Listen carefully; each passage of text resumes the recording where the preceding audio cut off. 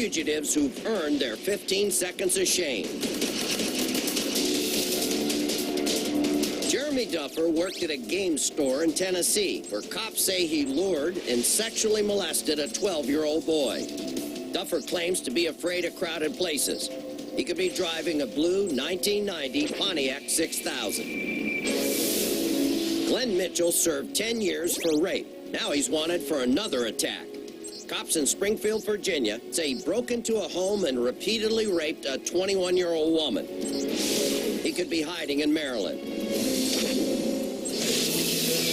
Cops in Harrisburg, Pennsylvania say Clancy Banner argued with another man after a minor car accident, then pulled out a gun and shot the man to death.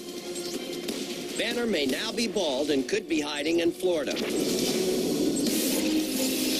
Chicago police say Edgardo Rodriguez is a teen terror who shot a rival gang member to death in a fight. He's also suspected in another murder. Cops think he's still hiding out in Chicago. Let's track him down tonight. Now that they've had their 15 seconds of shame, you know what to do. If you've seen any of these fugitives, call our hotline at 1-800-CRIME-TV. The scene. A concrete riverbed used to carry rainwater and sewage through the Los Angeles area and out to the ocean. These channels are littered with graffiti, as well as dark, secluded, and filthy tunnels.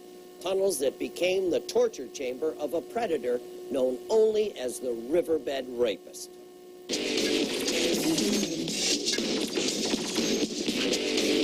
Los Angeles police took me back to the crime scene so that I could see firsthand where and how this monster operates. This is Detective Al Contreras from the LAPD Detective Squad. Al, tell us what happened here. John, we've had 7 rapes that have occurred over the last 3 years. Some of those rapes have occurred inside this concrete tunnel. He'd drive his victims in here. He'd sexually assault them. Can we go in the tunnel? Sure. Let's go.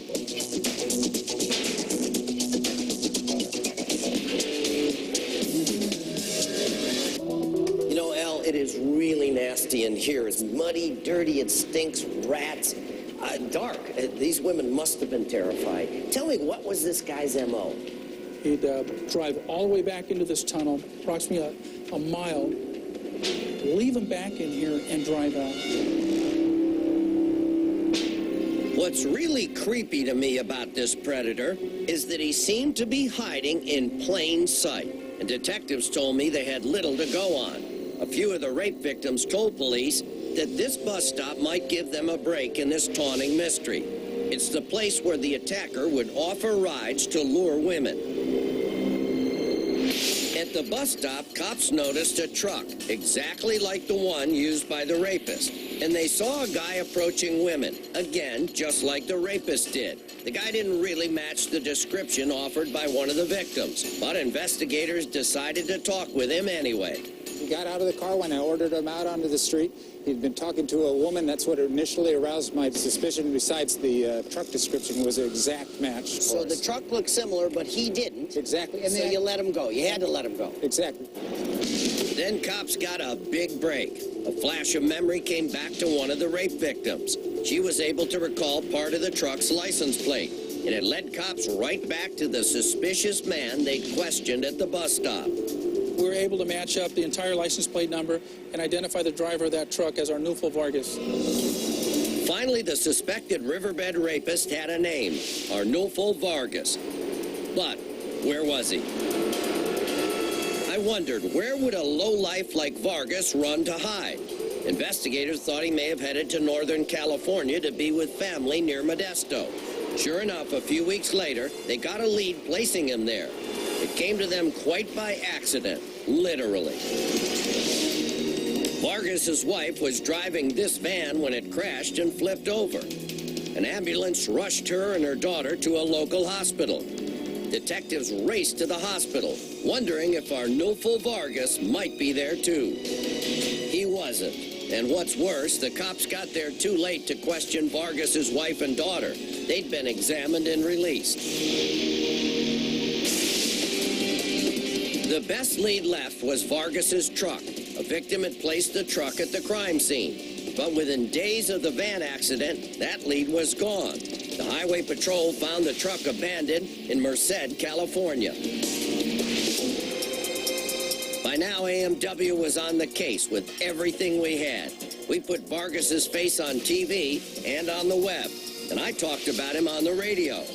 An accused serial rapist may be finding it a lot harder to get around. When that was broadcast on 8:10 a.m. KGO in San Francisco, it gave one listener in the Bay Area a jolt because the man I was talking about was his relative. He had no idea that Vargas was wanted for rape, but there was a lot about Vargas he did know. He revealed that Vargas had recently purchased a new truck, a 1990 Mazda B2200 pickup. He even knew the tag number. And he told cops that Vargas, his wife, and their daughter may be going back and forth across the Mexican border.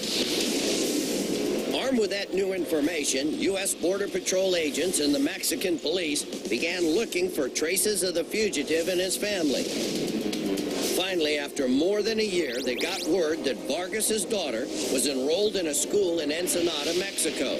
School records listed the family's address. Mexican police wasted no time going to the home and brought Vargas out in handcuffs. Vargas, we went to see your victims. Why did you hurt those women? An AMW crew was on hand when Mexican authorities brought this accused serial rapist to the U.S. border and handed him over to Los Angeles police. Mr. Vargas, what would you do to a man who raped your daughter? Thanks, America's Most Wanted. And my thanks go to everyone who helped bring this creep in. The great cops on both sides of the border, the brave victims who fought for justice, and the courageous tipster who did the right thing. Thanks to them, Arnulfo Vargas won't be bothering anybody else for a very long time. Up next, deep in the bowels of the New York subway system, a gruesome discovery. What do you think, Detective? Maybe it was tossed from the platform up there. A bag full of body parts launches cops into a bizarre murder mystery. We'll take you inside the investigation.